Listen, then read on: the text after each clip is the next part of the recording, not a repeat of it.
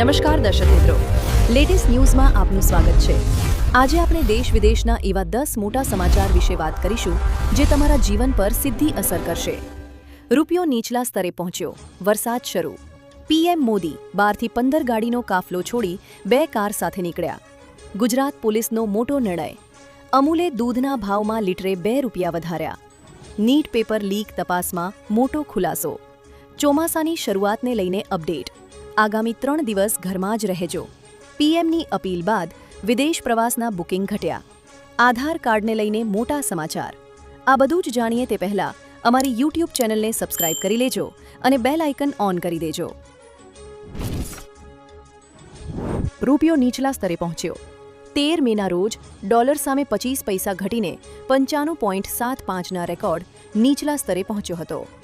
આ પહેલા મંગળવારે રૂપિયો પણ 95.50ના સર્વકાલીન નીચલા સ્તરે પહોંચ્યો હતો। 2026ની શરૂઆતથી રૂપિયો દબાણ હેઠળ છે। ગયા ડિસેમ્બરમાં રૂપિયો પહેલીવાર 90ના સ્તરને પાર કરી ગયો હતો। આનાથી ફુગાવો વધવાનું જોખમ વધ્યું છે। રૂપિયાના અવમૂલ્યનનું એક મુખ્ય કારણ ક્રૂડ ઓઇલની વધતી કિંમત છે, જે યુએસ અને ઈરાન વચ્ચેના સંઘર્ષને કારણે છે। વરસાદ શરૂ। દિલ્હી એનસીઆરમાં હવામાનની પેટર્ન બદલાઈ ગઈ છે। બુધવારે રાત્રે ઘણા વિસ્તારોમાં ભારે પવન સાથે હળવો વરસાદ પડ્યો હતો। કેટલાક સ્થળોએ કરા પડવાના અહેવાલો પણ છે। બુધવારે રાષ્ટ્રીય રાજધાનીમાં આકાશ આંશિક રીતે વાદળછાયું રહ્યું હતું અને કેટલાક વિસ્તારોમાં હળવો વરસાદ પડ્યો હતો।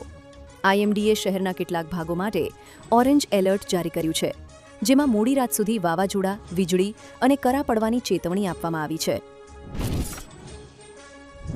પીએમ મોદી 12થી 15 ગાડીનો કાફલો છોડી 2 કાર સાથે નીકળ્યા। વડાપ્રધાન નરેન્દ્ર મોદીએ બુધવારે પેટ્રોલ ડીઝલ બચતના સંદેશને વ્યવહારમાં મૂકતા માત્ર 2 કારના કાફલા સાથે નીકળ્યા। સામાન્ય રીતે તેમના કાફલામાં 12થી 15 વાહનો હોય છે। હવે એક ગાડીમાં વડાપ્રધાન અને બીજીમાં એસપીજી સુરક્ષાકર્મીઓ રહેશે। વડાપ્રધાનની અપીલને અનુસરીને ગૃહમંત્રી અમિત શાહ અને કેન્દ્રીય સ્વાસ્થ્ય મંત્રી જેપી નડ્ડાએ પણ પોતાના કાફલાની સંખ્યા ઘટાડી દીધી છે। ગુજરાત પોલીસનો મોટો નિર્ણય। ગુજરાત પોલીસની છબી સુધારવા માટે ડીજીપી ડોક્ટર કે.એલ.એન. રાવે મહત્વનો આદેશ જારી કર્યો છે। હવે પોલીસ આરોપીઓને જાહેરમાં ફેરવી શકશે નહીં, વરઘોડો કાઢી શકશે નહીં કે અપમાનજનક સજા જેવી કોઈ પણ પ્રવૃત્તિ કરી શકશે નહીં। સુપ્રીમ કોર્ટ અને હાઈકોર્ટના ચુકાદાઓને આધારે આ માર્ગદર્શિકા જારી કરવામાં આવી છે। આરોપીઓ સાથે માનવીય વર્તન કરવું અને તેમનું આત્મસન્માન જળવવું પોલીસની ફરજ રહેશે। અમૂલે દૂધના ભાવમાં લીટરે 2 રૂપિયા વધાર્યા। અમૂલે દૂધના ભાવમાં વધારો કર્યો છે। પેટ્રોલ ડીઝલના ભાવ વધારાની આસપાસ અમૂલે પ્રતિ લીટર 2 રૂપિયાનો વધારો જાહેર કર્યો છે। આ નવા ભાવ 14 મે 2026થી સમગ્ર ભારતમાં અમલમાં આવશે। અમૂલના તમામ મુખ્ય વેરિયન્ટમાં આ વધારો લાગુ પડશે। છેલ્લા 1 વર્ષમાં પશુ આહાર, પેકેજિંગ અને બળતણના ખર્ચમાં વધારો થતાં આ નિર્ણય લેવાયો છે। અમૂલ દર 1 રૂપિયામાંથી 80 પૈસા સીધા ખેડૂતોને પરત આપે છે।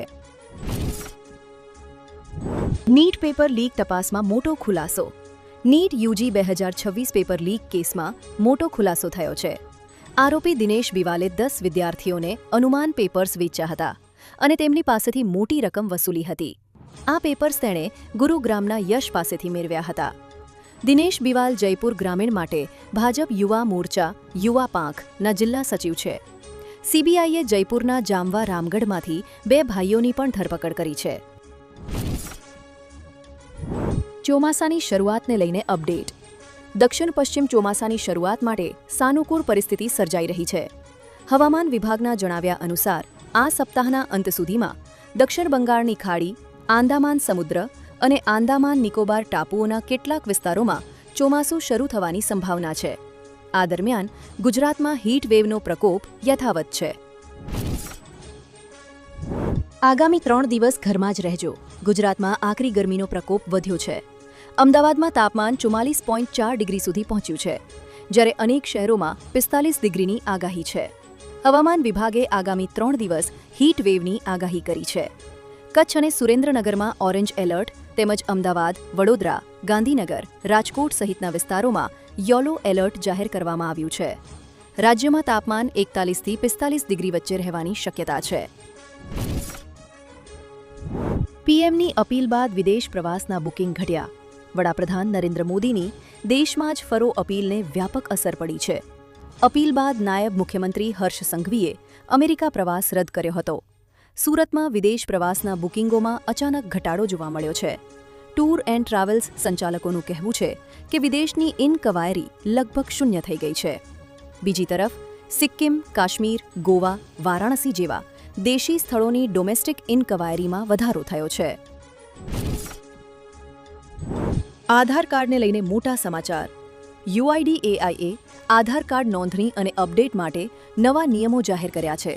હવે ઈ વોટર આઈડી, ઈ રેશન કાર્ડ, બેંક પાસબુક, વીજળી પાણી બિલ, લગ્ન/છૂટાછેડા પ્રમાણપત્ર, એનઆરઈજીએ જોબ કાર્ડ જેવા અનેક નવા દસ્તાવેજો માન્ય ગણાશે. દસ્તાવેજો માન્ય અને અરજદારના નામે હોવા જરૂરી છે. 5 વર્ષથી નાના બાળકો માટે જન્મ પ્રમાણપત્ર ફરજિયાત છે. વિદેશીઓ અને ઓસીઆઈ કાર્ડ ધારકો માટે આધારની માન્યતા અવધિ પણ નક્કી કરવામાં આવી છે. આવી જ માહિતી મેળવવા માટે અમારી યુટ્યુબ ચેનલને સબસ્ક્રાઇબ કરો અને વિડીયોને લાઇક કરો, જેથી તમને આવી માહિતી મળ્યા રાખે.